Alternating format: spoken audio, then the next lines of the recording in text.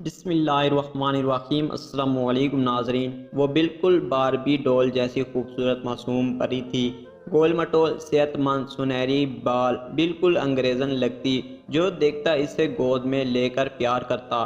چاچا، ماموں، رشتہ دار، انکل، ہر کوئی، ماں باپ یہ دیکھ کر خوشی سے نہال ہو جاتے۔ بچی اس طرح سب کی گود میں کھیلتے 8 سال کی ہو گئی۔ لوئر مڈل کلاس کی بچی جو اپر کلاس کی لگتی تھی، ابھی بھی جو گھر آتا سب سے پہلے اسے ہی گود میں بٹھاتا اور چٹا چٹ گال پر بوسے بھی دیتا۔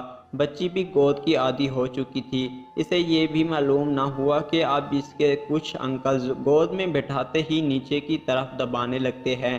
وہ تو خیر معصوم بچی تھی، لیکن اس سے بھی زیادہ اس کے ماں باپ زیادہ معصوم تھے، یا پھر رشتہ داروں پر کچھ زیادہ ہی بھروسہ تھا۔ بچی اسی طرح بڑی ہوتے ہوتے 14 سال کی ہو گئی۔ جسم پر گوشت مزید چڑھنے لگا۔ اب ماں کو احساس ہوا کہ میری بچی اب جوان ہو رہی ہے۔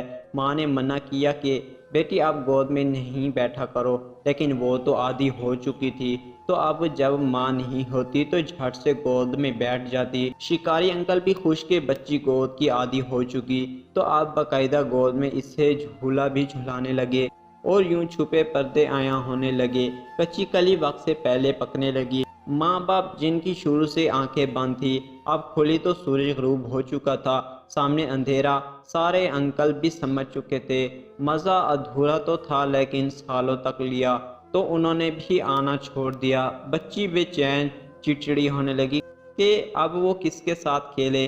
ماں یہ دیکھ کر تڑپتی اور اپنے آپ کو ذمہ دار ٹھہراتی۔ 2 سال بعد اس دنیا سے رخصت ہو گئی۔ کاش میں نے اپنی بچی کو گود میں بیٹھنے نہ دیا ہوتا۔ ماں کے جانے کے بعد بچی کو آزادی مل گئی اور کھیلنے کے لیے ساتھی ڈھونڈنے لگی۔ گاڑی پر آئس کریم بیچنے والا انکل مل گیا، اور جب دونوں ایک دوسرے کو سمجھ گئے تو پھر انکل دوپہر کو روزانہ آنے لگا۔ 2 ماہ اس آئس کریم بیچنے والے کے ساتھ بھاگ کر کچی بستی کے ایک چھوٹی سی کھولی میں گئی۔ اس انکل نے دوسرے انکلز کو بھی لانا شروع کر دیا، لیکن یہ انکلز اس کے لیے بہت اذیت ناک ثابت ہوئے۔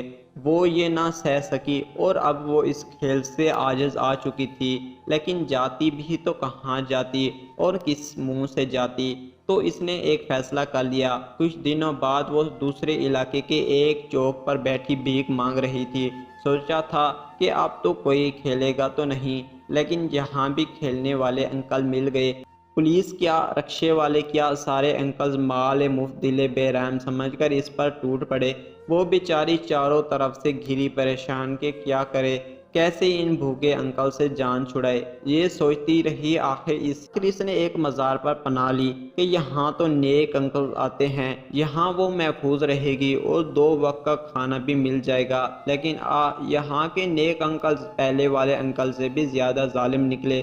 پھر یہاں سے بھاگ کر اللہ کے گھر پناہ لینے پہنچ گئی، لیکن اللہ کے گھروں پر چند لوگوں نے قبضہ کیا ہوا تھا، اسے وہاں سے بھی بھگا دیا گیا۔ آخرکار وہ بالکل مایوس ہو گئی اور ٹرین کی پٹری پر کھڑی ہو کر آنکھیں بند کر لیے۔ ٹرین قریب آتی جا رہی تھی اور وہ یہ کہتی جا رہی تھی، ماں کاش تم نے مجھے کسی انکل کی گود میں بیٹھنے نہ دیا ہوتا۔